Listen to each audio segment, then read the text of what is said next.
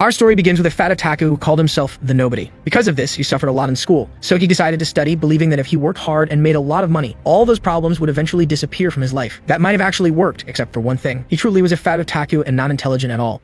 After finishing school, the only opportunity he had was to become a sparring partner, and that was only because the requirement for becoming a sparring partner was to weigh more than 100 kilograms. Soon after, the same situation as before repeated itself as he was beaten by the other members of the gym.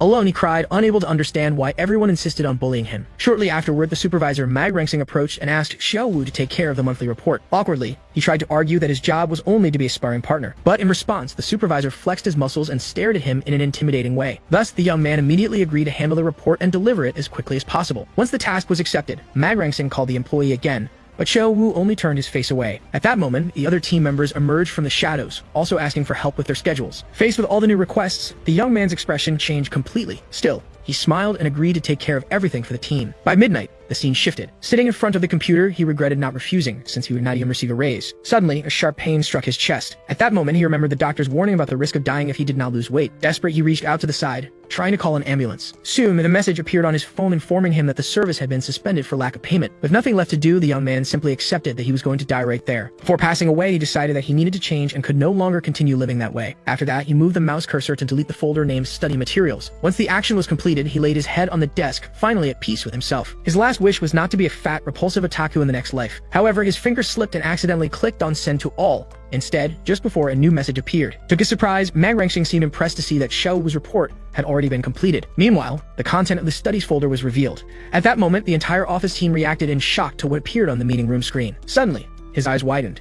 Right after he was reborn as a baby and questioned whether that was truly a new beginning. 20,000 years passed on the Kyushu continent. Then, a young girl held his arm while calling him by name. With that, Tushang Xiaoyu reminded him of their promise to explore the world together beyond the mountain. She then commented that she had trained there for 20,000 years without even realizing time had passed. Finally, the young man claimed he was just an ordinary person who would only cause trouble if he went down the mountain. Xiaoyu, however, could not understand how an ordinary person could lift a mountain. At that moment, he confirmed to himself that he had truly reincarnated. His new life was as the young master of demonic sect. For this reason, he hid away to train since the sect was in decline and could not protect him. The girl only smiled, thinking about how this company saved her from boredom. The lessons of his past life motivated him to train rigorously for 2 millennia. After so much time, however, he finally realized something while walking by her side. Suddenly, a giant serpent appeared in front of them, making him understand that he had been transported into a fantasy world. Even so, he still saw himself as a genuine Wu Lingen, but without spiritual roots. As soon as the creature lunged forward, he thought that, aside from his physical strength, he had nothing else. In an instant, he prepared a punch with a clenched fist. The blow struck the serpent's body directly, releasing a massive shockwave. Immediately afterward, the force tore through the creature and opened a clearing in the forest. Small debris rained down from the sky as he observed the result.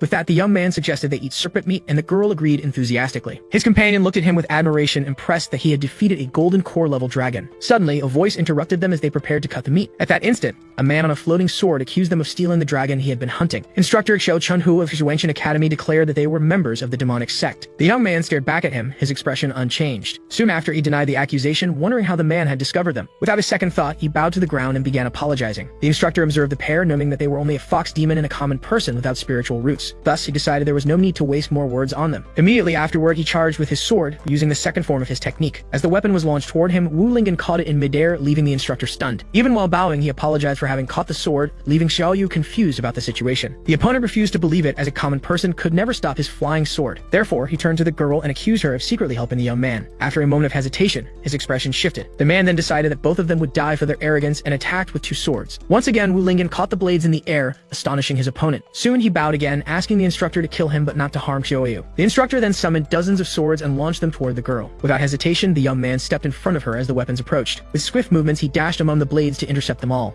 In the end, he was holding every single sword and apologized for catching them on instinct. The opponent froze, not knowing how to react to the situation. Quickly, his demeanor changed and he apologized, calling the young man senior and claiming it had been a misunderstanding. Then he requested his swords back so he could leave immediately. At that moment, an attack grazed past his head. A burst of fire was launched toward the forest, causing a massive explosion in the distance. Wu Lingen then agreed to return the weapons, unable to refuse the request. With that, the instructor looked at his own body, noticing the damage he had taken. The young man simply turned and said they needed to return home to cook for his father and the others. As they began to walk away, Xiaoyu turned to the man to speak about what had happened. With a dark aura, she threatened him, telling him not to dare mention the matter to anyone. Terrified, the instructor agreed multiple times to her order. Soon after, the young man called her to leave and she ran to catch up with him. Alone, the man watched the 2 disappear in the distance, carrying the giant serpent. As soon as they were out of sight, he collapsed his knees, wondering who those people were. His expression darkened as he thought their happiness would not last long. Immediately afterward, he burst into laughter, planning to tell the Academy's old ancestor what had happened so that the demonic cultivators would pay the price. Thus, Shoyu commented that even though Lingen could defeat cultivators, he insisted on calling himself an ordinary person. But he denied being a match for a cultivator, while the girl argued that the man had clearly tried to kill him. Since he had no spiritual roots, the young man explained that was why he trained his body even harder. As they walked, she noticed that he did not need to train so relentlessly all the time. Even so, the young girl found it adorable how her companion seemed unaware of his own strength. Soon, the scenery changed, revealing the mountains in the distance. Next, the young man carried the pieces of meat to the entrance of a cave and announced that he was going inside. However, a sign at the entrance warned about a demonic presence and unforgivable crimes. Inside, a large cauldron was placed over the fire. Suddenly, an imposing man emerged from the shadows, threatening death to anyone who dared invade the demonic sect's territory. Yet unfazed, Wu Lingen simply smiled and announced that he had brought serpent meat. Immediately, the group's expression changed completely as they welcomed the small visitor. Behind bars, everyone begged for the meat, saying it smelled wonderful and that they were starving. Then the young man explained that despite appearances, these were uncles who cared for him. Even so, the leader of the group only turned his face away, dissatisfied. At that moment, Wu Di, the sect leader, asked if the boy still considered him a father, since he had not seen him for 3 hours. But the son justified himself, saying that hunting and preparing the food had delayed him, though his father retorted that he knew what was happening outside. Then the elder accused the girl, trying to convince him to descend the mountain again, but the young man denied it. The leader's response was a furious shout, absolutely rejecting the request. The outburst left both the son and Xiaoyu shocked. Even sealed for 20 millennia, Wu Di claimed he still remembered the cunning of the righteous sex. With that, he asked if the boy wanted his own father to bury him, which made the young man apologize. However, he hesitated for a moment before continuing. Soon after, the patriarch exploded, saying he had heard the same excuses for 20,000 years. The son's attitude left the man completely speechless. Still, Lingen declared that he no longer wished to remain in the forest, even if it meant being hunted or killed. Then the other members called him naive, reminding him that he was the last of the family and that leaving would be suicide. At that moment, Xiaoyu interrupted the discussion to reveal that they had encountered a righteous cultivator, and she revealed that her companion had defeated him with a single punch, although he tried to claim it had only been a misunderstanding. Hearing this, Wu Di silently questioned whether the boy had really grown so strong, yet he still shouted that Lingen was just an ordinary person, without spiritual roots. Next, he asked how his son would face stronger cultivators, leaving the girl worried. Thus, the father warned him not to think himself invincible just because he had defeated a few enemies. But the young man replied that he had never spoken of being invincible and that he was not interested in such things. His true goal, he revealed, was to break the seal and rescue them, something he could never achieve in the forest. Then Wu Di turned to the others and asked if they had told this to his son, but they all denied it. At that moment, the boy remembered how his father, even while sealed, had always cared to protect him. Now that he was grown, he declared it was his turn to protect the elder. At this point, Xiaoyu interrupted to remind them of something they had forgotten. She explained that since her companion had no demonic aura, his identity would not be discovered, and the others agreed. Even so, Wu Di refused to accept the risk because any advancement would release his aura and kill him. Then the son turned to leave, asking not to be blamed for a decision he had already made. As soon as he turned his back, he heard his father shout for him to stop. Right after, an object was thrown toward him. He caught it in the air while Xiaoyu also glanced at the item. Not understanding, the young man asked what the object in his hands was. The elder explained that it was the qualification for the Exuentian Academy exam, suggesting it as a first destination. Immediately, the group grew excited at the news, since the academy was famous for training golden core level cultivators. Then Xiaoyu questioned the decision, but Wu De argued that the most dangerous place was also the safest. With that, the young man understood that there he would find countless cultivation paths and might discover one for himself. Next, he began packing his belongings into a large bundle. Soon he appeared ready to depart with an immense load, announcing his departure for Xuanchen Academy. Curious, the girl asked how his father had obtained the item, but he refused to answer. Then Wu Di admitted that he could no longer protect his son. Therefore, sending him to the academy was the best way to keep him alive. While the young man consulted a map, in secret, the patriarch spoke to the girl about the mystery surrounding Lingen's body. He then asked her, a nine-tailed fox of near emperor level, to protect him. Xiaoyu raised her hand, confirming that she understood the gravity of the matter. She then asked who would bring them food after she and the boy left. In the background, the whole group froze as they realized the situation. Finally, Wu Di shouted for everyone to eat, since that would be their last good meal. Xiaoyu then said her farewells and told him to enjoy the moment. As soon as she turned, he shouted for her to wait, but the girl immediately warned that she would not bring food anymore. Then, with a serious expression, the father reminded her that the world was on the verge of collapse. Right after, he warned her that the hidden power within Lingen needed to awaken, for time was running out. Meanwhile, the scene shifted to the imposing entrance of Xuanchen Academy. There, one of the instructors organized the line, ordering everyone to maintain order and not cut ahead. The candidates were also instructed to prepare their tokens for the entrance exam. Carrying his baggage, young Wu Lingen observed the place, hoping not to draw anyone's attention. The instructor explained that the tokens had to be inserted into the mouth of a stone lion to detect spies. Soon after, he called the first in line to step forward. The candidate placed the item into the statue, which glowed and validated his entry. With approval granted, the young man thanked them and entered the academy. Next, the instructor called for the next candidate in line. In the background, the new participant panicked, wondering if his token was fake and if it would be detected. Suddenly, a scream drew everyone's attention in line. The examiner announced that a demonic cultivator had been found, while the statue seized a candidate's hand. One of the bystanders explained that the stone lion would not let go when detecting an anomaly, leaving the observer terrified. The captured man begged for mercy, but the instructor ordered the guards to take him away. Right after, the examiner and another candidate pointed at the boy, informing him it was his turn. Then the instructor called him suspicious because of his large pack and ordered him to insert the token. Repeating to himself so he would not make a mistake, he approached the stone statue with a trembling hand. Suddenly, the other candidates felt a tremor run through the courtyard floor. With that, the young man placed his hand inside the mouth of the stone lion. The instructor confirmed that the admission ticket was in order as the statue glowed. Right after his sigh of relief, the creature's eyes lit up and a red energy began to emanate. In an instant, the statue clamped down on his arm with force. The lion's head detached from its base and remained locked onto his arm. Then the rest of the statue's body crumbled into pieces, leaving the examiner stunned. He stood frozen, not understanding what had happened, with the head still stuck on his arm. Awkwardly, the young man apologized and tried to fix the damage by gathering the pieces from the ground. Then the instructor accused him of being a demonic cultivator and ordered his immediate arrest. While being restrained by the guards, he tried to argue that the ticket was valid.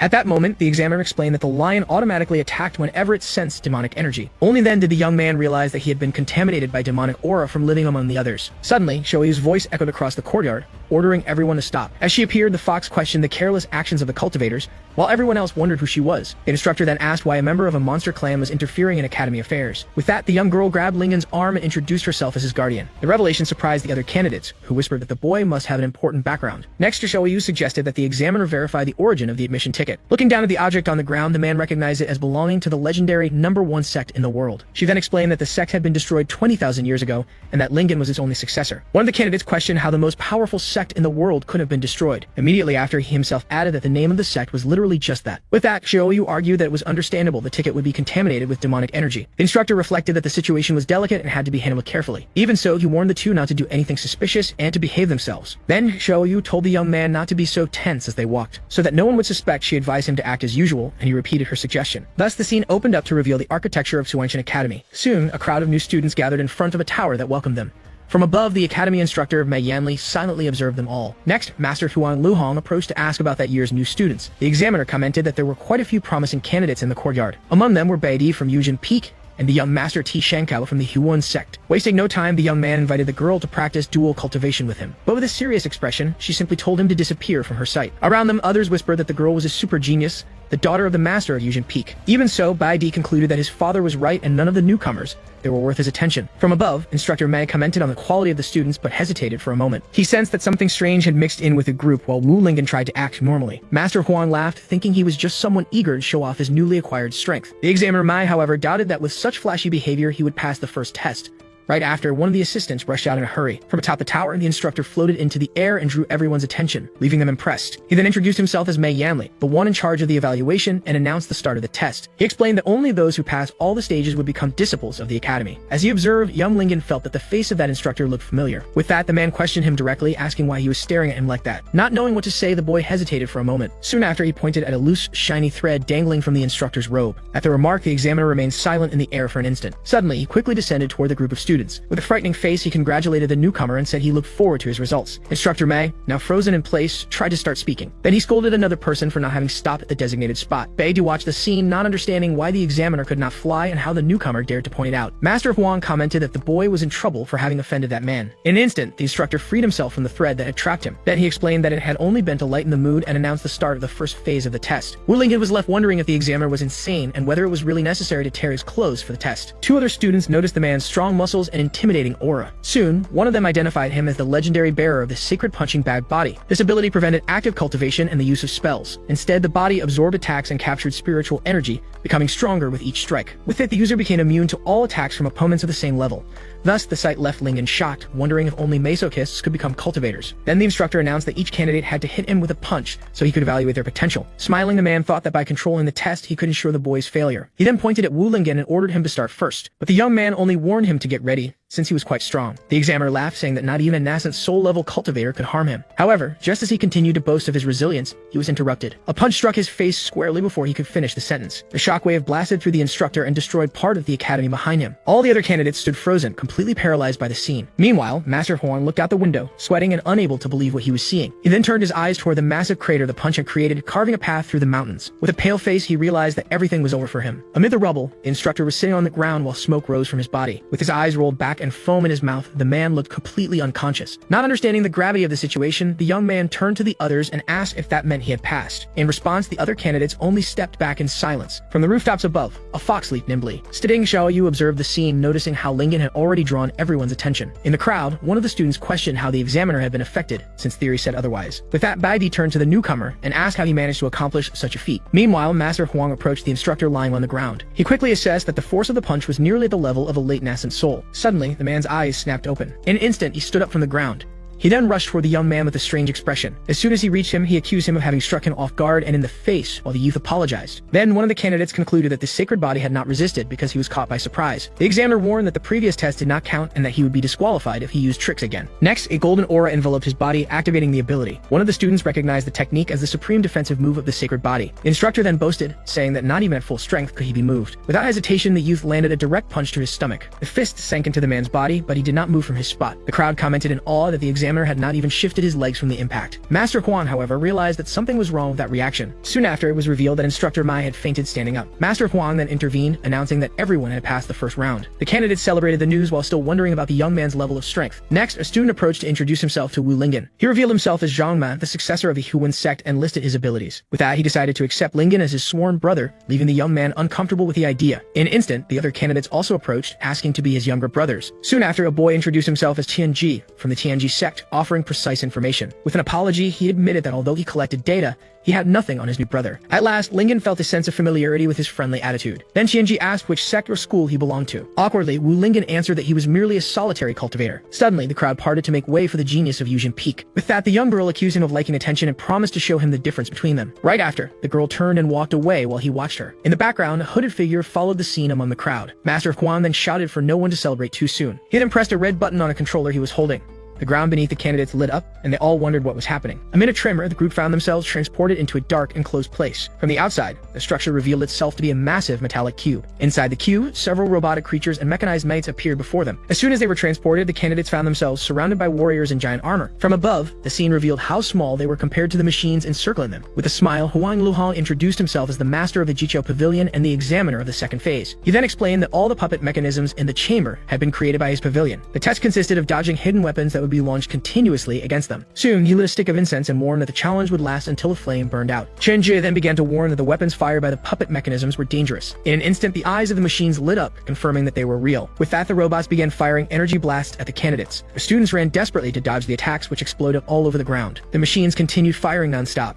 Many were struck by the explosions and gave up on the test almost immediately. From afar, Huang Luhang observed that the boy from the Huan sect was doing well. Zhang Man activated his technique and stood still while the beams of light curved around him. With a smile, he boasted that no one could strike him from behind with that ability. Right after, however, a beam of light struck him squarely in the chest. The examiner only covered his face, pretending he had not jinxed him. He then noticed that the girl from the Yujin sect was also proving to be surprisingly strong. Suddenly, the cultivator's expression changed as she realized something.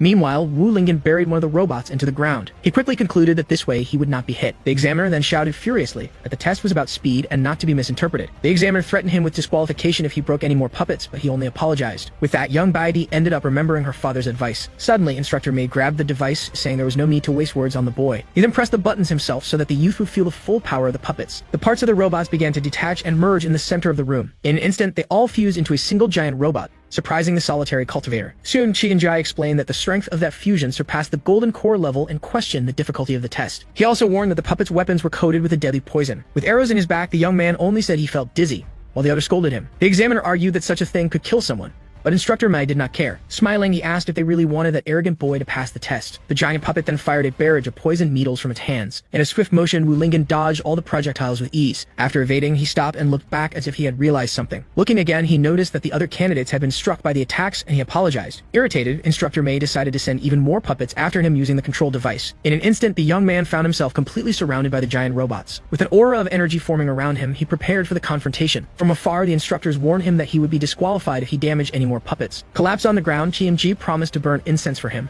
while the others noticed the danger had lessened. The girl from the Yujin sect only observed, thinking that this was the result of liking to show off. Even surrounded, the young man remained still, staring at the robots.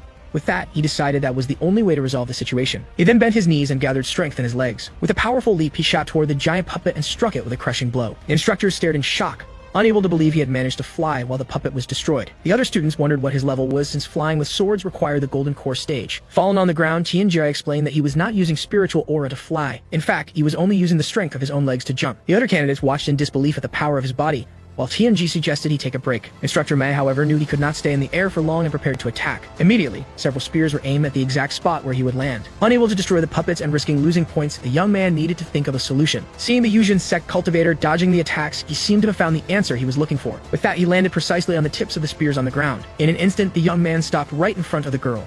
Right after, he knelt before her. With a smile, he asked what she would do next. The sudden approach left her stunned, wondering if this was the pervert her father had warned her about. In a swift move, the boy hid behind her, while the swordswoman defended herself. Thus, he continued using her body as a shield against the attacks. Irritated, the cultivator shouted for him to stop, but he only apologized, saying it was the only way out he had found.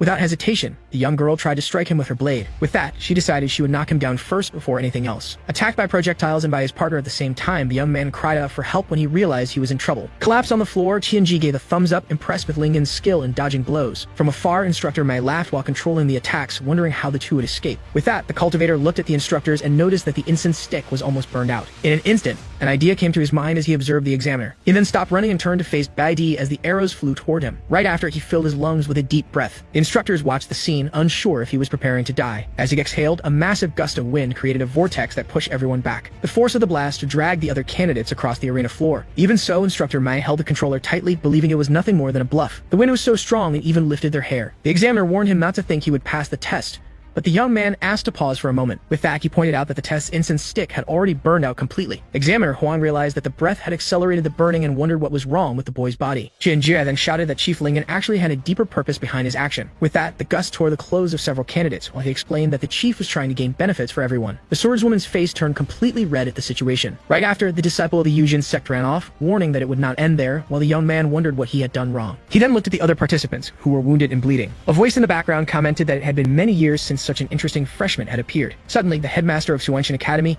Yu Tangsing, appeared, praising that year's lively and vibrant evaluation. Thus, the students wondered if that was really a headmaster, commenting that he didn't look trustworthy with his wig falling off. Then Tianji scolded them, revealing that this was the legendary Red Flame Shura Yu Tangsing. He went on to tell the story of how the leader had massacred countless demonic cultivators and dyed his hair with their blood. Even so, the other candidates did not seem very impressed with the tale. One of them then questioned why his red hair was fake if the legend was true. The headmaster turned to the boy and asked what his name was, and he replied that it was Wu Lingen. From atop a roof, Xiao Yu observed the scene. Worried, the young girl wondered why the headmaster had appeared so suddenly, and how she would fix the fact that Lingen had offended him. With that, she contacted him mentally, and the boy heard her call. She then instructed him to put the wig back on the leader's head before he noticed. Instructor Mei tried to apologize on behalf of the boy, begging for leniency from his superior. The headmaster, however, retorted, questioning the instructor's own lack of skill. Meanwhile, the wig continued to slip from the elder's head. In an instant, the young man prepared to act. With a quick movement, he leaped up and placed the wig back onto the headmaster's head. The elder was impressed with the speed of the move, which almost went unnoticed. Smiling, the cultivator said he had only picked up something the headmaster had dropped and that no thanks were necessary. Instructor Mei tried to get Yu's attention to warn him. Suddenly, the headmaster appeared with several darts stuck in his head. From the roof, Xiao Yu shouted desperately,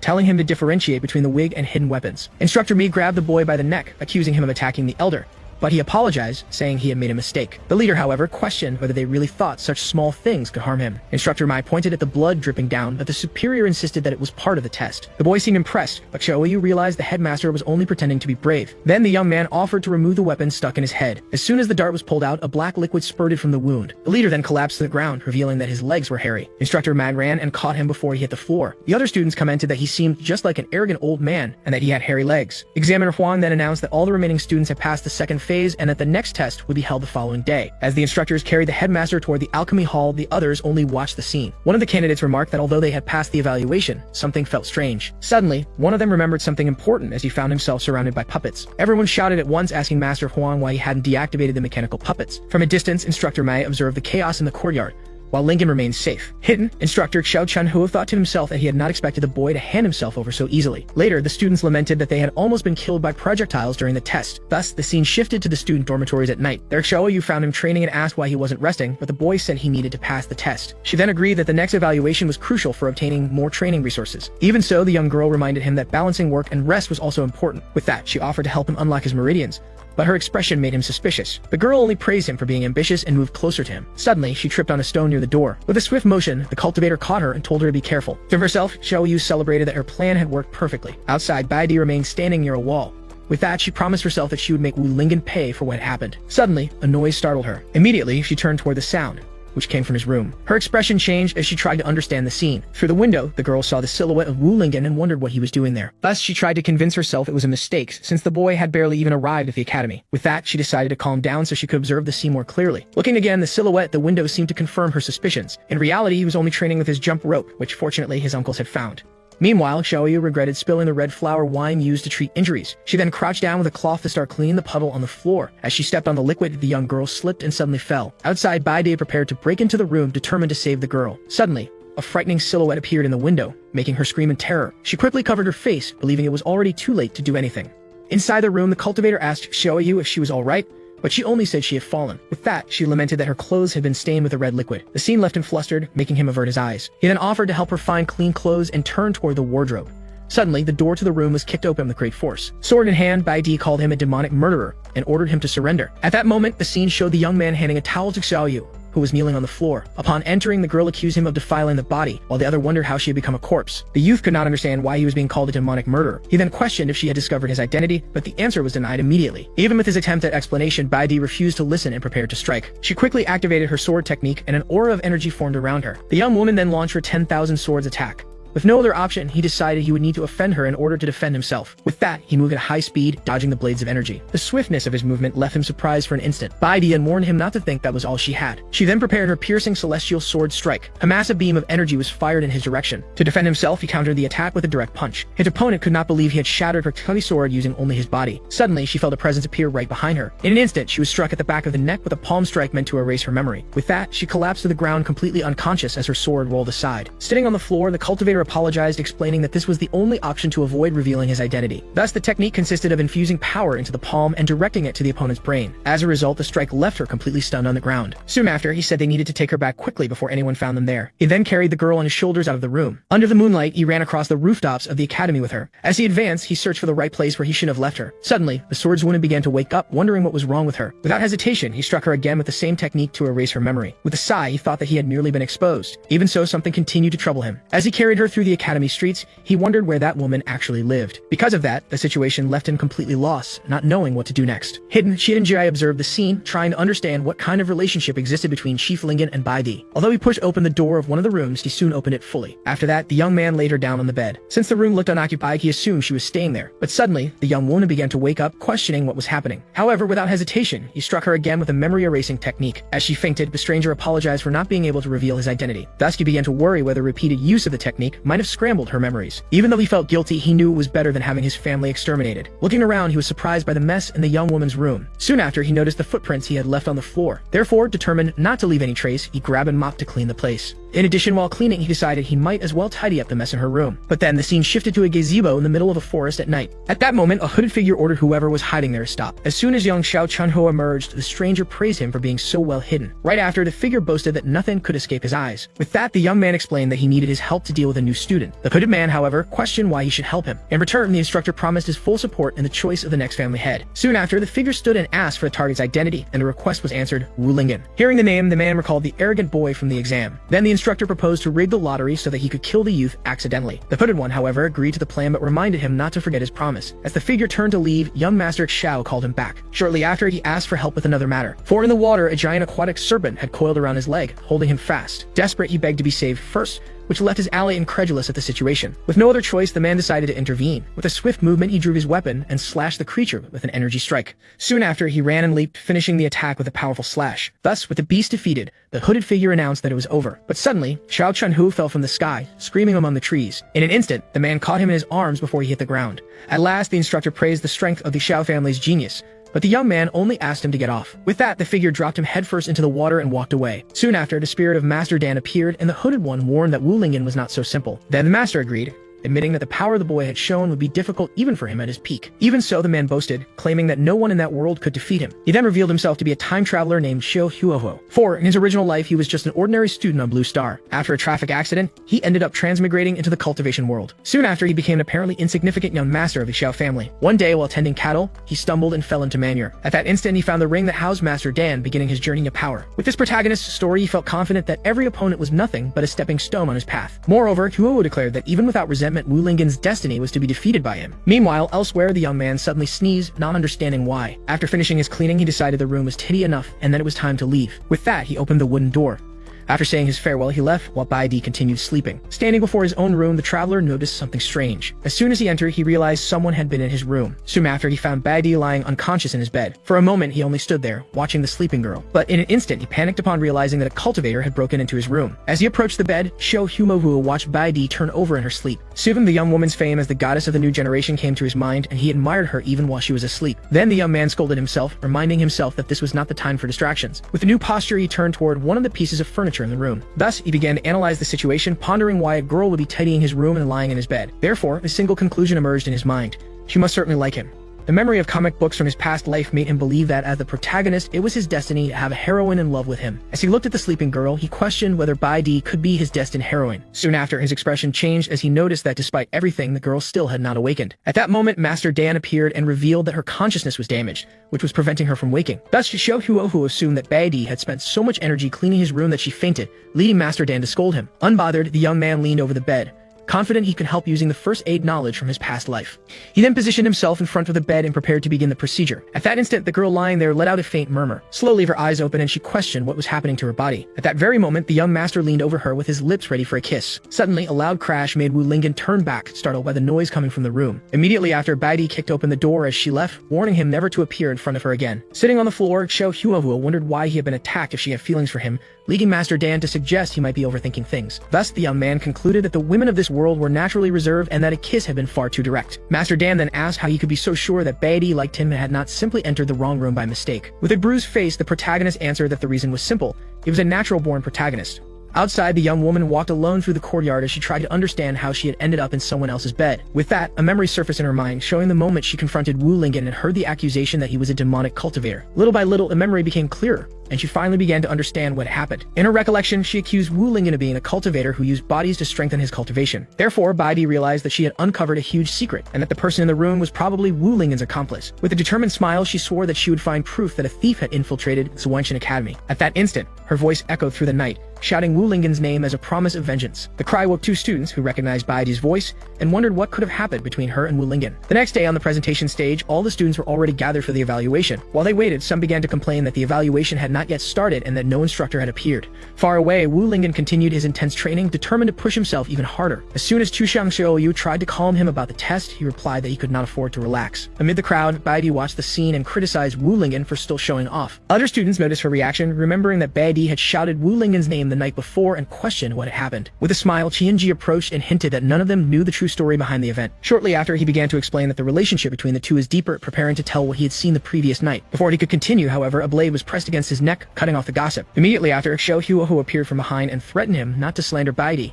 making the boy agree at once. With the warning given, he walked away, leaving Qianji collapsed on the ground. The crowd commented on the sudden reaction, assuming he was just a great admirer of Baidi. Ignoring the comments, Shou Huohu reinforced himself that she was his destined heroine, while Master Dan only watched his confidence. Suddenly, an authoritative shout demanding silence echoed throughout the presentation area. With Mai Rengxing's arrival, all the students, including Wu Lingen, turned toward the stage. Soon after, the instructors Meng Yanli, Yu Tangxing, and Huang Luhong stepped onto the stage, and the third evaluation was announced. Meng Yanli explained that this round would be a real combat test, where performance would determine to which class each student would be assigned. After that, he informed them that Headmaster Yu Tangxing would personally evaluate the entire process. Next to Wu Lingen, Chuxiang Xiaoyu commented that the headmaster seemed to have changed his wig, but she was quickly scolded to stay quiet. The headmaster seemed to notice the whisper, but only confirmed that he understood the instructions. Then one of the instructors pressed a button and announced that the third round would be a combat test in which the candidates would draw their numbers. With that, the students lined up in front of a penguin-shaped machine to get their numbers. Wu Lingen watched the others approach while waiting for his turn in line. When his moment came, he placed his hand inside the machine's opening to retrieve a number. Seeing the perfect chance, Mei Yanli took the opportunity to launch a piece of metal with paper toward the boy. Not understanding what had just happened, he looked down at his hand. In his palm, the paper with the number 38 was torn and stuck to a sharp piece of metal. From a distance, Mei Yanli observed the scene with a satisfied smile. Shortly after, he turned to Shou Huohu and confirmed that he had managed to make the target pick the manipulated number. The instructor boasted of his skill, but was interrupted by a bloody cough, and the hooded youth advised him to stop talking. Then Shou Huohu showed his own number 36 and questioned whether the plan had failed, since he was not in the same group as the boy. With an air of superiority, the hooded one replied that he had not understood the true strategy. Yanli explained that Wu Lingen seemed to have some cultivation techniques, so he preferred to put someone else to test his abilities first. At that moment, the young man noticed a great shadow approaching and turned to face his opponent. A giant man with the number 37 appeared before him and advised him to give up, calling him weak. In the crowd, Tianji and other students were surprised by Lingen's first opponent, commenting that he did not seem to be someone easy to face. Soon, Qianjai revealed that the adversary was Wang Tishu, a notorious assassin known for never leaving witnesses. Standing before Wu Lingen, the man revealed that he had observed his 2 previous evaluations. With disdain, he labeled him as trash, relying only on a bit of natural strength. Wang Tishu then boasted of being at the peak of ki refinement and slapped the boy across the face, provoking Tushan Shouyu's fury. While trying to calm his friend, Wu Lingen silently faced his opponent. Seeing the reaction, Wang Tishu mocked him, asking if he wanted to start fighting right there. Amid the tension, the crowd stirred, expecting the newcomer to finally react to the provocation. To everyone's surprise, he simply apologized, stating that his spiritual root was too poor, while those around him fell to the ground in disbelief. Tushan Shouyu's scolded him for being so polite to an opponent, but he simply replied that what was said was true. Thus, Wang Tishu stepped closer and ordered him to kneel if he wanted his life spared. Wu Lingen stared at him in silence for a moment before he began to speak. At that instant, he declared that even if weak, he had reasons that compelled him to keep fighting. The assassin then warned him to prepare for defeat in the arena and turned to leave. As he walked away, Tushan Shouyu's praised Wu Lingen's attitude, though he looked back at her confused. Far away, Wang Tishu pressed Yanli for the deal to enter the superior class if he killed the boy. Smiling, the assassin walked away, promising to make the newcomer understand his true power. Yanli only commented that he hoped Wu Lingen would not be eliminated in the very first round. Soon after, Rengsing announced the end of the lottery and summoned the freshmen of the first match to the arena. The first to be announced was number 1, Bai Di, to the delight of the audience. Next, number 2, Zhang Me, entered the arena and immediately proposed dual cultivation, irritating the crowd. As everyone threw objects at him, Zhang Me dodged confidently, warning that attacks from behind did not work on him. Moments later, he was struck squarely on the head, completely shattering his composure. The food was deflected but ended up hitting instructor Rengsing, leaving him covered in it while Zhang Me apologized. From a distance, Xiao Huovo and Yanli simply watched the chaos unfold in the arena. With a serious look, the hooded youth declared he would remember Zhang Me's name for coveting the woman who was his. Yanli questioned how he had gotten close to her so quickly, to which the mysterious young man replied that it was the effect of his protagonist's aura. To end the commotion, Headmaster Yu Tangsing coughed and ordered the match to begin immediately. Thus, the instructor released Zhang Me, still covered in the remains of food from the crowd. Standing on the opposite side of the arena, Bai Di only commented that this was exactly what she wanted. Therefore, Zhang Me declared that he would show his true abilities to finally win her over. Then, he prepared to execute one of his most powerful techniques. Using a shadow clone, he created multiple copies of himself that spread throughout the arena. Xinjai explained that the technique created clones with swift movements, but Wu Lingen did not seem impressed. Surrounding his opponent, the clones taunted her, saying she would never defeat him without finding the real body. Bai Di only observed in silence for a moment, and suddenly all the clones vanished, leaving only Zhang Me's legs in the middle of the arena. With a quick move, the young woman landed a precise kick on her opponent, who asked if she thought he was an idiot. At that instant, he writhed in pain and accused her of using a despicable and lowly strike. Smiling, the young man began to reveal that not everything was as it seemed. Soon after, Zhang Me displayed a protective metal plate, explaining that since he had harassed others before, he was already prepared for that kind of attack. Stating that his kindness had been rejected, he decided he would no longer be merciful and began gathering energy in his hands. As soon as the sphere of energy was launched toward Bai Di, he had to dodge her rapid clone attacks. In the crowd, Wu Lingen questioned why he had not fired the Kai sphere directly to strike. With that, Qianjai explained that a cultivator's level determined the distance and power of Qi, and that merely condensing it was already an impressive feat. Hearing the explanation, Lingen reflected on how strong his father and Tushan Xiaoyu really were. In the arena, Bai Di managed to dodge all the blows and asked if that was all he had to show.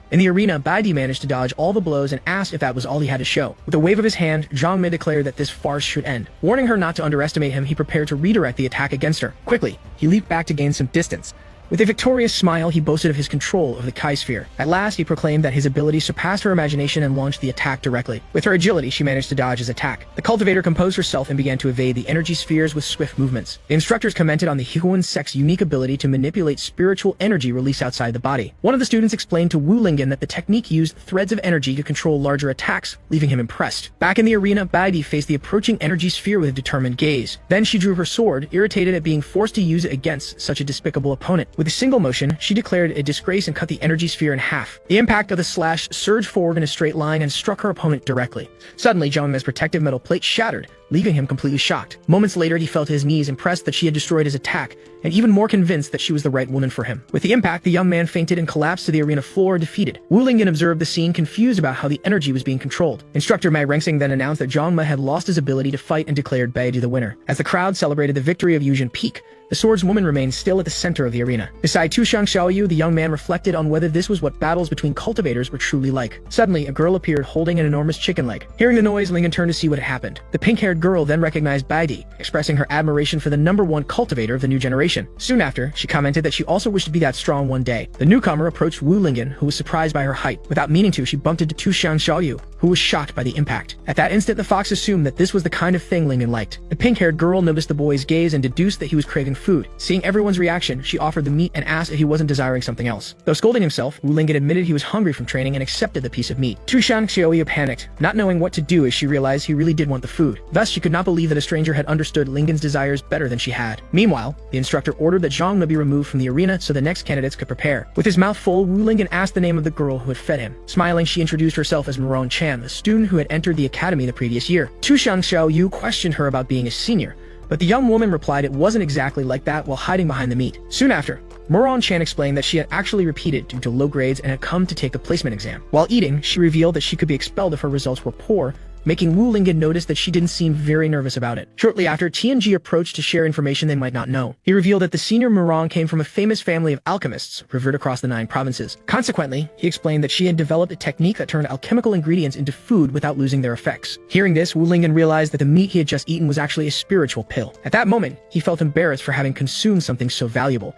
But Moron Chan reassured him. She explained that she simply could not stand to see someone hungry. Her kindness left Wu Lingan and Tu Shang Xiaoyu speechless. Moved, he called her an angel, while the fox at his side grumbled that it wasn't that big of a deal. Suddenly, a crowd of admirers ran past them, making way for the young master. At that moment, Bai Di approached with a focused gaze, ignoring the commotion around her. Without hesitation, Moron Chan ran to her and with admiration asked for an autograph. While she waited eagerly, Bai Di only stared at her coldly, leaving Wu Lingan and his guardian in silence. The #1 refused the request but advised her to be careful when choosing her friends. She then turned to Wu Lingan and promised she would uncover the truth about what he had done the night before. As she walked away, the crowd began to speculate whether what Tianji had said about their relationship was true. Because of this, Moron Chan asked if he was really close to Bai Di, but the boy replied that he only knew her. Ignoring the answer, she held his hand and asked him to introduce them as she wanted to become as strong as the senior. Suddenly, instructor Mag Rengsing's voice echoed, calling Moron Chan's name twice. From the stage, he scolded her for not listening and told her to hurry to the match. As she ran, the girl asked Wu Lingan not to forget to deliver her message, and he agreed to try. With that, Tu Shang Xiaoyu advised him to stay away from her, but he replied that he thought she was a good person. He then reflected that someone who cared so much about a stranger could not be a bad person. On stage, the instructor reminded her that this was her last chance to retake the exam. The girl then took a deep breath to prepare for the fight. With a determined look, she told herself she needed to win at least one battle in order to stay. Then the thought of having to return to a dark place terrified her. The instructor then announced the next match and called number 36 to step onto the stage. In response to the call, a hooded figure began walking toward the presentation platform. Moron Chan watched her opponent approach, and her expression shifted to complete surprise. As he lowered the hood, Xiao Huovo revealed his face with a smile and announced that he was coming. With both sides in position, the instructor prepared to start the match. Meanwhile, the two opponents stared at each other with serious expressions, ready for battle. In the upper seats, Yu Tangxing and Huang Luhong questioned how the young woman of a Morong family ended up in the freshman test. Soon, the stern young man explained that she had failed almost all evaluations, even the alchemy test, and would probably have to repeat the year. With that, both concluded that if the senior did not win any matches, they might have to send her back to her family. Then Qianji commented to Wu Lingan that although she could prepare powerful medicinal foods, the girl had no combat skills. In the center of the arena, the instructor once again positioned himself to give the signal. Then, with a backward leap, he announced that the match had begun. With clenched fists, the Morong heiress told herself she could not afford to lose no matter what. On the other hand, her opponent commented that he had not expected to fight such a cute girl. Right after, the young man imagined he would win easily with his vast experience. Even more confident, he fantasized that after the fight, both she and Bai Di would be impressed by his strength and join his harem. At that moment, the girl charged with a shout and threw a straight punch. Her fist struck the young man's face squarely, catching him off guard. With the impact, he was thrown backward, while his opponent gave him no respite, moving in for another attack. Then Wu Lingan questioned why that idiot was just standing there smiling, while Tu Shang Xiaoyu suggested he must be thinking of something happy. Inside his mind, Master Dan scolded him for daydreaming, but the fighter insisted he would win because he was the protagonist. Back in the fight, Senior Murong charged and threw another straight punch at her rival's face. At the last second, he managed to grab her fist, halting the attack. With a blow blocked, the young man warned that the same move would not work on him a second time. Right after, he threw her over his shoulder, launching her to the other side of the arena. The young woman landed hard on the ground as her opponent began to rise for his next move. Even so, with her guard raised, she prepared to charge again. With that, the young man used his speed, claiming that ordinary hand-to-hand combat would never reach him. In the audience, Wu Lingan shouted words of encouragement to the senior, To Tushan Shoyu's dismay, panting, the young woman seemed to be running out of energy to continue the fight. Even so, refusing to lose, she pulled out 2 enormous meat legs, determined not to give up. To her rival's surprise, the girl began devouring the food right there in the middle of the arena. Then Qianjai explained that the fighter was using spiritual food to increase her combat power, making Wu Lingyan realize it wasn't hunger. Soon after, he revealed that the food was actually real pills, and that eating so much at once could have serious consequences. Suddenly, the accumulated energy exploded in a bright light that blinded the young man for an instant. Immediately after, the Murong Harris appeared with her clothes torn, but surrounded by an aura of power. In the audience, Wu Lingyan and Tushan Xiaoyu wondered if what they saw was an explosion of her body or just of her clothes. With a nosebleed, the young man let out a mocking laugh. He then declared that even with a last-minute effort, the senior would not be able to defeat him, only be scolded to wipe his nose first. Ignoring the remark, the girl replied that she had to try even if it seemed impossible. With a shout, she charged at her opponent, breaking the arena floor as she advanced. The attack surged toward the fighter, who prepared for the impact. While Master Dan warned him that her strength had surpassed the key refinement stage, he replied that he already knew. Then the combatant declared that the fight was not over yet and prepared to strike again. With that, the young man announced that he would also begin fighting seriously. Her fist then clashed against the sword he used to defend himself. The strength of the impact surprised him, leaving him stunned for a moment. Then the punch shattered his guard and struck him directly. Wu Lingyan was impressed by the senior's power, but Tushan Xiaoyu noticed that she was only forcing her body to its limit. Soon after, the observer explained that with that level of intensity, the young woman would not last more than a few minutes. In the middle of the ruined arena, the Harris breathed heavily, already exhausted from the battle. With sweat dripping down her face, she wondered aloud if she had managed to win. On the observation platform, the instructor asked if the young man had been beaten to death, but Headmaster Yu Tangxing reassured him. With a serious gaze, the headmaster affirmed that the battle was not over yet. Amid the smoke, the silhouette of a sword appeared, and the opponent was surprised that he had been pushed to his limit by a local girl. With a battered face, he stood up and decided it was time to show his true strength. With his sword on his shoulder, the young man declared that he needed to show his true strength. Then, with his wounded face, he warned that this time he would not hold back. With that, the fighter charged forward swiftly, promising not to go easy on his opponent. The Murong Harris was startled by his speed as he moved in circles around her. As the fighter leaped above the arena, Wu Lingyan shouted for her to look up, making her react. Soon, an attack from above struck the ground with force, shattering the arena floor. Just in time, the girl managed to leap backward and avoid the blow. With a blue energy lotus blooming in his hand, the rival declared that she would not be able to escape. Then he launched the technique Blue Heart Fire Lotus directly at the young woman. The energy erupted into blue flames, engulfing the combatant and destroying part of the arena. In the stands, Wu Lingyan and Tushan Xiaoyu watched the scene in silence, unable to react. Amid the flames, the girl screamed as her clothes were burned away by the energy. At once, Tushan Xiaoyu covered Wu Lingyan's eyes so he would not see, while the audience reacted to the strike. The instructors recognized the blue lotus flame and concluded that the match already seemed decided. Standing in the smoke, the young man glared at his opponent and asked what was wrong. With a smile, the fighter mocked whether she still refused to surrender, while the girl stared back at him with determination. Without replying, the Harris pulled out a bottle and drank its contents in one go. At once, a fiery aura exploded around her as the bottle shattered on the ground. The unexpected reaction left the young man completely shocked. Then the combatant charged forward with a shout, releasing a wave of energy that sent debris flying. The young woman unleashed a flurry of rapid punches against his sword, forcing him to struggle to block them.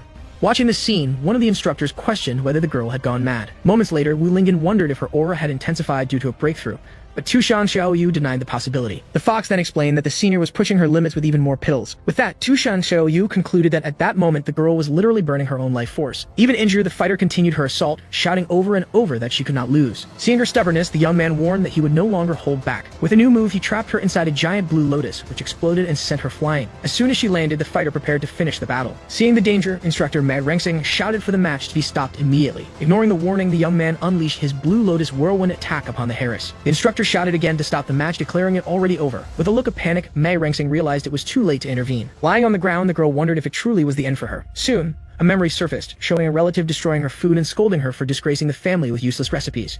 In her recollection, the young woman asked why the Murong family could not free themselves from the shackles of alchemy, since her food had the same effect as pills. The only answer she received was a slap, as she was told that cooking was a disgrace to the family name. With that, her relatives decided to send her to Xuanzhen Academy, planning to arrange a marriage for her if she failed. Then one of the family members expelled her, calling her useless and a disgrace to the clan. The memory ended with the girl collapsed on the ground, crying as she clenched her fists. With a determined gaze, she swore to prove that the food she made was just as good as any pill. Back in the present, as energy enveloped her, the fighter wondered if anything could truly change. At the last second, the energy attack was halted before striking her. Suddenly, Wu Lingyan appeared in front of the girl, blocking the final blow. With a serious expression, he stared at the rival and declared that he could not allow her to be harmed because Senior Murong was a good person. When asked if he was trying to stop him, the young man vowed that he would. The intent was to hurt her. With a smile, the fighter called him brave for daring to challenge him. Suddenly, instructor Mad Rengsing leaped between the two and ordered everyone to leave the arena, declaring the match over. Then the examiner pointed to the wounded youth and declared him the winner of the battle. With a spin of his weapon, the young man prepared to leave the arena. Before leaving, he warned that the other must win his next match or else he would not have the chance to face him personally. Not understanding the threat, Wu Lingyan replied that he would do his best to pass the first round. With that, Tushan Xiaoyu scolded him for being so calm in the face of a clear threat,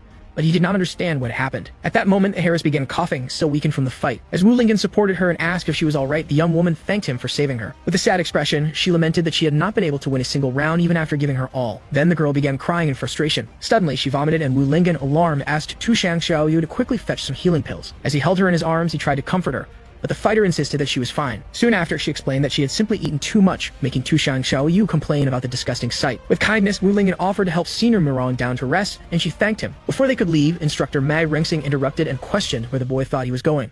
Right after, he informed him that it was now his turn to fight in the arena. With that, the examiner revealed that his opponent was Wang Tishu, who glared at him with a scornful smile. Wu Lingen then asked Tu Shang Xiaoyu to escort the Harris off stage, and the young woman wished him good luck. As she supported her, the fox grumbled at her thoughts about having to care for that foolish woman. Immediately, Mag Rengsing ordered both sides to prepare for combat. In the arena, Wu Lingen faced his opponent, who waited on the other side. With mockery, Wang Tishu declared that it seemed he had given up his last chance to survive. In response, the boy only stared back in silence, showing no reaction. With a leap, the instructor stepped back and officially announced the start of the match. Striking the ground with his weapon, the rival declared that if that was the case, he would have to kill him. In the audience, everyone worried about the fighter's power, but Tu Shang Xiaoyu reassured them, stating they did not know Lingen's strength. With complete confidence, she declared that no attack would be able to bring him down. In the arena, Wang Tishu only observed his enemy, readying himself for the final strike. Not understanding his opponent's posture, Wu Lingen wondered what kind of move it was. Suddenly, Wang Tishu shouted and released a dark aura that tore his clothes from top to bottom. Then a bright light exploded in front of Wu Lingen, who observed the scene silently. His opponent appeared wearing pink undergarments and performed his iron pillar dance. The visual impact made the young man bleed instantly from the nose. In the stands, several spectators also collapsed backward, bleeding as well. Disgusted, Qianjai explained that the move caused such nausea that people could not remain standing. Instructor Huang Luhong commented that using such a visually aggressive strike was a disgrace to the academy. With that, Headmaster Yu Changxing corrected him, affirming that the visual effect was only a distraction. He then asked if he had not noticed that something was wrong with everyone in the stands. Kneeling and clutching his stomach, Wu Lingen felt nauseous and could barely stay upright. Seizing the chance, Wang Tishu leaped with his weapon and shouted for him to die. The pillar struck the ground with force, raising a cloud of dust and debris. Even weakened, Wu Lingen managed to leap away and dodge the strike.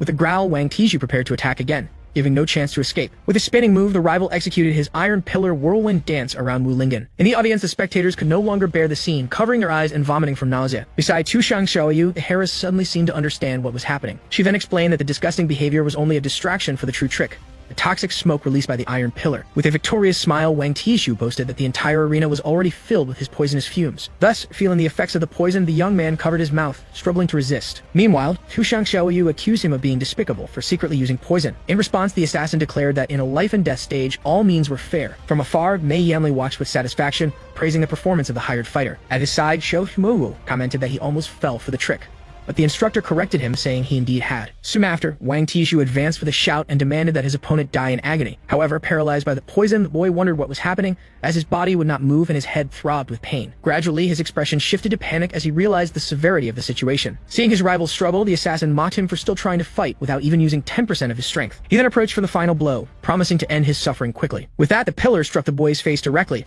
forcing him back with injuries, while the enemy watched him with disdain. Right after, he launched into the frenzied iron pillar dance, landing a brutal sequence of strikes. The barrage of blows pounded the body without pause, and the boy could only endure the impacts. In the stands, Mirong Chan shouted for him to stop fighting, while Tianji worried about the imminent defeat. Desperate, the fox pleaded with the instructors to stop the match immediately. However, Mag Rengsing replied that he could not stop the fight, since the boy still had the ability to fight back. Despite the order, the relentless strikes continued to batter his body. From afar, Bai Di observed and questioned whether this was all the strength he had, disappointed by what she saw. With his opponent already weakened, Wang Tishu prepared for the final strike. Soon after, the pillar hit its target directly, spraying blood across the arena. The scene shocked the entire audience, and even the assassin himself was surprised by the result. Even so, the young man managed to catch the iron pillar with his hands, halting the attack. Not understanding, the enemy questioned why he was still resisting with the little strength he had left. Wounded, the boy explained that because he had so little energy, he needed to put everything he had into a single punch. With a contemptuous smile, the rival asked if he truly believed such a weak punch could hurt him. In that instant, the fist struck Wang Tishu's side. Immediately, his expression shifted to shock as he felt the impact. Suddenly, a wave of energy erupted from within his body, and he screamed as the damage spread. The force of the punch rippled through the arena in rings of energy, expanding from the point of impact. The explosion was so strong it could be seen from the stands, leaving all the spectators stunned. With his body battered, Wang Tishu glared at the young fighter,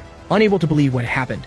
At last, with a final gasp, the assassin collapsed onto the arena floor, completely defeated. Standing, covered in wounds, Wu Lingen simply declared that he had won the fight. Lying on the ground, Wang Tishu muttered that defeat was impossible. Then he questioned how his opponent had managed to defeat him so easily, even while poisoned. Wu Lingen only turned away without giving a direct answer. With a serious gaze, the young man revealed that this was the power he possessed even in a weakened state. Not understanding, the defeated man called him a monster, shocked by the revelation. Soon, instructor Mag Rengsing announced that the winner of the round was Wu Lingen. With a discreet smile, the young man celebrated his victory. After that, the instructors decided to disperse the poisonous mist left in the arena. With this, Huang Luhong released a device that flew over the battlefield. The artifact spread an antidote that fell like rain, healing all those affected by the poison. As he felt the rain, Wu Lingen realized his strength had been restored. At that moment, Miran Chan ran toward him and congratulated him on his victory. With a hug, she praised him for being even more powerful than she had imagined. The scene stirred Tu Shangshoyu's fury, who advanced toward the two with a threatening look. While the young man was being embraced, the fox came closer and closer, ready to intervene. With a shout, Tu Shangshoyu placed herself between them and warned Miran Chan not to get so close to Lingen. The girl tried to justify herself, but the fox accused her of being interested in his body. From afar, Xiao Huovu complained that it should be him surrounded by beautiful girls, and Mei Yamli questioned why he felt that way. Soon, the instructor admitted that the winner's strength had indeed surpassed his expectations. Then Mei Yamli asked Xiao Huohu if he was certain he could handle that opponent. With an aura of confidence, the young man replied that the word lose did not exist in his dictionary. At that moment, Xiao Chunhu appeared from behind and fined him 500 spirit stones for setting fire to the academy. Annoyed, the young man questioned the penalty, but Mei Yanli restrained him so he would not act rashly. In a whisper, he warned that this man was the academy's disciplinarian and also the headmaster's uncle. Xiao Chunhuo only observed the scene with a serious and intimidating expression. With that, Mei Yanli pointed out that the headmaster was watching the commotion from afar. Reluctantly, Xiao Huohu agreed to pay the fine and handed over a bag of spirit stones. Immediately, he received another punishment, this time of 1,000 stones, for maliciously attacking an academy staff member. While Mei Yamli tried to calm him down, the young man shouted in rage but ended up agreeing to pay. As soon as the two left, he knelt on the ground and swore he would make the headmaster and that old man pay double for what they had done. Falling to the ground with his anger boiling, Xiao Huohu cast one last glance toward Wu Lingen,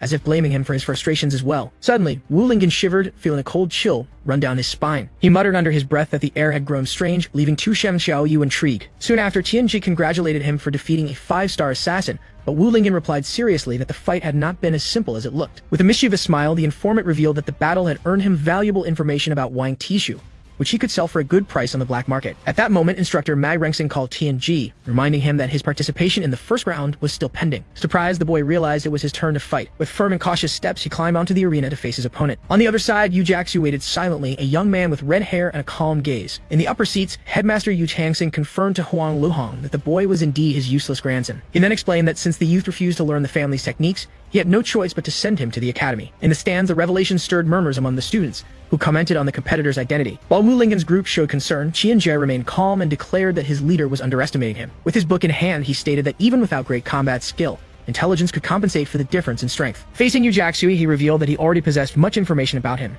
since he was the headmaster's grandson. With confidence, he declared that by using the secret techniques of the Tianji sect, he would never fall without a fight. As soon as the instructor announced the start of the match, the two locked eyes intensely. Soon, Qianji activated his divine technique, and a celestial eye opened on his forehead. Tu Shangshoyu, surprised, explained that it was a secret ability of the Tianji sect, mastered by only a few capable of seeing the future. Observing Qianji's stance, she remarked that he had indeed saved a trump card for this moment. Meanwhile, Yu Jaxi prepared himself, curious to see the power of that technique. Focused, Qianji began the Tianji deduction. The technique revealed that there was an 85% chance that Yu Jaxi would open the fight with an earth-based attack. Immediately after, Yu Jaxi used the earthen rock surge, forcing Qianji to quickly leap aside to dodge. From afar, Yu Jaxi watched as the boy balanced himself atop one of the rocks. With a confident smile, Tianji declared that he had already calculated that attack and thus would not be hit. Impressed with his precision, Wu Lingen commented on the boy's movements, and Tu Shangshoyu confirmed it was the effect of the technique. She explained that the celestial eye allowed Tianji to access the divine thoughts of the Tianji ancestor if he were possessed. At that instant, a powerful aura appeared behind him, revealing the imposing image of an ancestral spirit. As the young warrior prepared for her attack, a red aura began to surround her hands. With that, Tianji's technique revealed that the chance of an earth-based attack combined with martial arts was 90%. Immediately after, the girl charged forward at high speed, using the Shining Trail technique to close in on her opponent. Without panicking, the boy simply raised his hand to the exact position indicated by his premonition. The moment the enemy's fist approached, he managed to block the strike with precision. Even with the block, the force of the impact landed squarely on his face. With a blow, the young visionary was thrown backward and fell unconscious onto the arena floor. While his opponent looked on, the boy remained on the ground, completely defeated. From the stands, Wu Lingen and Tu Shangshoyu shouted the student's name, shocked by the result. Even injured, the boy was already back on his feet, scribbling in his notebook about the need to calculate the difference in strength next time. Right after finishing his notes, he fainted again, leaving Wu Lingen even more worried. At that moment, instructor Mei Rengsing congratulated the young master on his victory, while Wu Lingen wondered if his companion would be alright. In the upper seats, the headmaster remarked on the fighter's progress but lamented that he still refused to use the Yu family techniques. After the fight, the victor looked toward the instructors in the sky, and then turned to leave the arena. With that, instructor Mag Rengsing authorized him to step down from the stage. Soon after, Wu Lingen carried his colleague on his back, praising him for his strength and his third eye technique. With his face swollen, the boy replied that he didn't need to learn such things, but Wu Lingen regretted having little talent for it. At that moment, instructor Mei Rengsing announced that the second round would be organized randomly, and that the students called should step into the arena. In the upper seats, the headmaster and instructor Huang Luhong questioned the decision to select opponents at random. Elsewhere, Xiao Huovu worried he might not get to face Wu Lingen, but Mei Yanli reassured him. With a smile, the instructor revealed that Wu Lingen had offended more people than just the two of them. Immediately after, Mei Rengsing crushed a piece of paper in his hand and announced that the first match had been decided. Standing before the lottery machine, he opened the slips to reveal the competitors' names. Thus, the fight would be between Wu Lingen and Xiao Huovu, who smiled confidently. However, Tu Shang Xiaoyu and Murong Chan questioned how this was possible if the selection was random, but Wu Lingen said he hadn't heard anything about it. At once, the instructor defended himself, asking how they could possibly manipulate the results to target new disciples. Soon after, Xiao Huohu stepped forward, claiming he believed instructor Mei would show no favoritism. Seeing his rival's hesitation, Tu Shang Xiaoyu accused him of being arrogant and afraid to fight. With a serious look, Wu Lingen interrupted her, declaring that enough had been said. He then stated that to enter a better class, he could not back down even a little. While Murong Chan and Tu Shang Xiaoyu admired their companion's resolute stance, the visionary took the chance to jot down the two girls' interests in his notes. With both opponents in position, the arena fell silent, awaiting the start of the combat.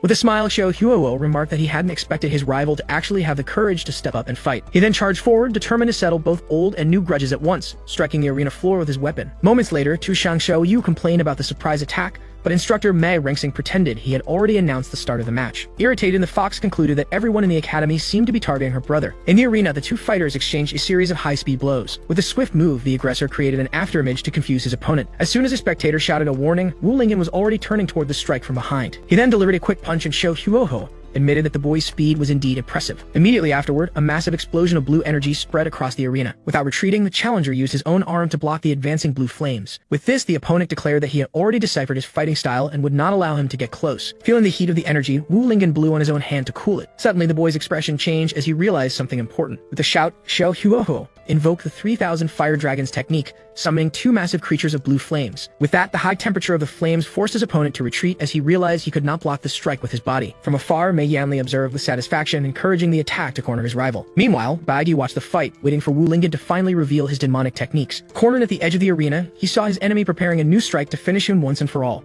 Moments later, the technique Twin Dragons Entering the Sea surged toward Wu Lingen, who braced himself for the imminent impact. With a shout, Wu Lingen declared that he had no choice but to use his full strength. Meanwhile, Murong Chan and Qian Ji watched with excitement, eager to see which move he would use. With his hands positioned, the young man prepared to execute one of his immortal techniques. Then he shouted chest exercise, unleashing a wave of energy that repelled the blue flames. Shocked, Xiao Huohu protested that this was nowhere near an immortal technique, while the challenger boasted that he had developed it from his experience with workouts. With that, the opponent admitted he had some skill, but warned that his tricks did not end there. Soon after, the energy of the dragons dispersed, exploding into small flames around the young fighter. In an instant, the flames transformed into dozens of small lotus flowers of fire. With the arena covered in flames, Xiao Huohu challenged him to try catching them with his hands. Faced with the new threat, Wu Lingen decided he needed to use an even stronger immortal technique. Immediately, he performed the immortal technique of side-by-side jumping. At that moment, Zhang Me, who was watching from afar, questioned whether he had learned his technique, but was scolded by a fellow student. With rapid movements, the young man created multiple afterimages of himself that moved across the arena. Annoying, Xiao Huohu realized his rival was using the airflow from his movements to disperse the flames. With his opponent still surrounded by elemental fire energy, he prepared for a finishing strike. Thus, Xiao Huohu invoked the prison of flaming rock confinement, encircling the challenger with fire and stone. Meanwhile, Qianji and Murong Chan questioned how he could use earth techniques, and the informant noted the absence of elemental fluctuations. Soon after, Mei Yanli bragged about Xiao Huo's 5-element switching technique, prompting the boy to complain that he was just making up names. With a smile, the opponent reflected on how the natives of this world did not understand the principles of the 5 elements. In the upper seats, Headmaster Yu Tangsing ordered Huang Luhong to record the boy's technique. However, the instructor recalled the high cost of spiritual rock crystals, causing the headmaster to choke in surprise. Back in the arena, Xiao Huohu boasted that with knowledge of the world's principles, his techniques had infinite variations. With a new shout, he prepared to unleash his finishing strike. Then the young man executed the piercing rock explosion, causing the walls of fire and stone to collapse upon his opponent. Soon after, the rocks and flames came crashing down on Wu Lingen, who was trapped at the center of the explosion. Thus, Tianji and Murong Chan shouted his name, worried about the result of the attack, while the headmaster lamented the loss of his spirit stones. Huang Luhong tried to get his attention. With a chicken leg in her hand, Murong Chan prepared to rush in to save Wu Lingen, refusing to stand idle. However, Tu Shang Xiaoyu stopped her, insisting she should not make her brother's problems worse. With total confidence, the fox reassured her, guaranteeing that such a small technique was no problem for him. With an air of superiority, Xiao Huohu declared that a native of this world could never compare to him, the son of destiny. Suddenly, the ground of the arena began to tremble and crack beneath his feet, leaving him stunned by what was happening. In the stands, everyone wondered what was going on, questioning whether it was an earthquake. With a confident smile, Tu Shang Xiaoyu simply declared that her brother Lingen was truly invincible. Then the ground split upward, revealing an intense yellow energy. Soon, Wu Lingen emerged from the rubble, performing the immortal technique of super speed bench press. The sight left Xiao Huogu completely shocked, wondering how such a thing was possible. With that, Tu Shang Xiaoyu explained that those stone slabs were nothing compared to her brother's usual training. Amid the debris, the challenger remarked that the weight was still too light for him. Irritated, Xiao Huohu refused to believe that someone from this world could humiliate him. He then declared that, as the chosen one, there was no way he could lose to a mere nobody. With that, the young man used the metal borrowing the earth's momentum technique to strengthen his weapon. Soon after, he prepared to unleash the thunder strike against his opponent. In the upper seats, the headmaster lamented that rage had clouded his grandson's judgment, making him forget his opponent's greatest ability. Back in the arena, Wu Lingen prepared to use another of his immortal techniques. As the attack descended, the boy performed the body rotation exercise. With a spinning kick, he struck his opponent's weapon directly, shattering it into pieces. The impact of the blow was reflected in Xiao Huo's eyes as he watched his weapon destroyed. With his rival disarmed, Wu Lingen turned and declared that he had lost. In the stands, Tu Shang Xiaoyu and Murong Chan cheered his strength and victory. From afar, Meng Yanli grew irritated, questioning how his fighter could lose to a boy without cultivation. With victory secured, the challenger began to walk away, leaving his enemy behind. Fallen on the ground, Xiao Huo screamed, refusing to accept defeat and ordering him to stay where he was. He then rose to his feet and begged Master Dan to lend him strength, determined not to lose that way. Hey everyone, did you enjoy the story? I really liked it. If you want to follow the next part, make sure to subscribe to the channel and leave a like.